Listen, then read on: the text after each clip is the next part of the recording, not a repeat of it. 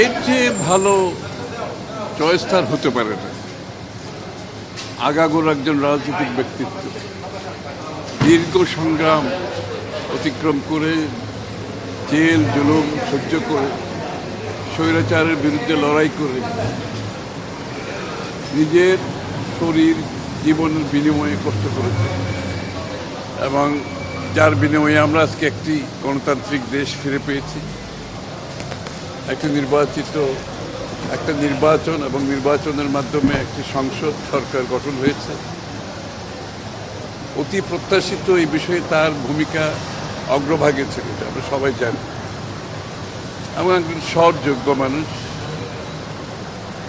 সুতরাং আমি আনন্দিত যে আজকে এরকম একটি মানুষ প্রেসিডেন্টের চেয়ারকে অলঙ্কৃত করতে যাচ্ছে এবং নির্বাচন হচ্ছে।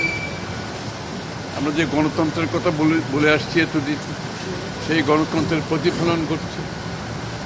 বাংলাদেশে কবে সত্যিকার অর্থে প্রেসিডেন্ট নির্বাচন হয়েছে আমার মনে হয় জনগণ ভুলেই গেছে।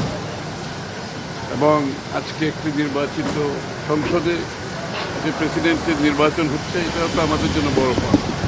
এবং এই ধারা আমাদেরকে গণতান্ত্রিক ধারা, যার জন্য আমরা লড়েছি, কষ্ট করেছি, জনগণ প্রাণ দিয়েছে, ত্যাগ স্বীকার করেছে, নির্যাতিত হয়েছে, এই ধারাকে আমরা অব্যাহত রাখতে হবে।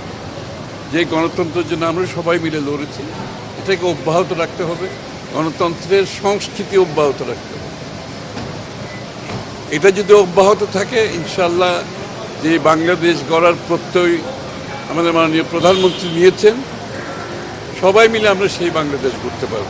না, প্রত্যাশা হচ্ছে উনিও গণতন্ত্রের টর্চ বেয়ারার হিসাবে আজকে এখানে আসছেন, তাই না? এবং সেই গণতন্ত্র যাতে অব্যাহত থাকে, সেখানে ওনার ভূমিকা বিগত দিনে যা ছিল এখনও তাই থাকবে।